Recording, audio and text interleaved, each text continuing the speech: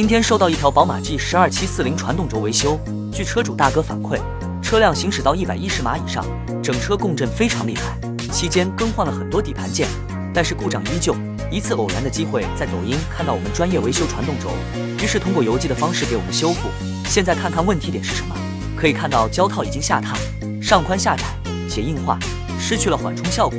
这会导致传动轴在高速旋转时无法有效减震，引起车身共振，轴承已经移位，甩动严重，说明轴承内部的滚珠或滚道可能已经磨损，导致传动轴在高速旋转时不平衡，产生震动。花件磨损会导致传动轴前后段的连接不紧密，进一步加剧震动问题。Later， 现在开始维修传动轴，先将传动轴做好，标记，确保在重新安装时能够保持原有的平衡性。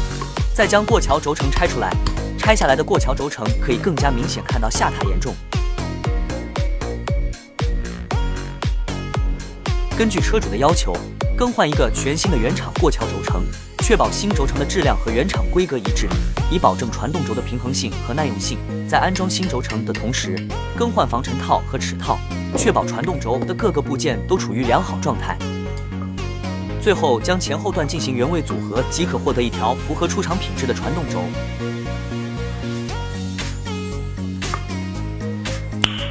Nice。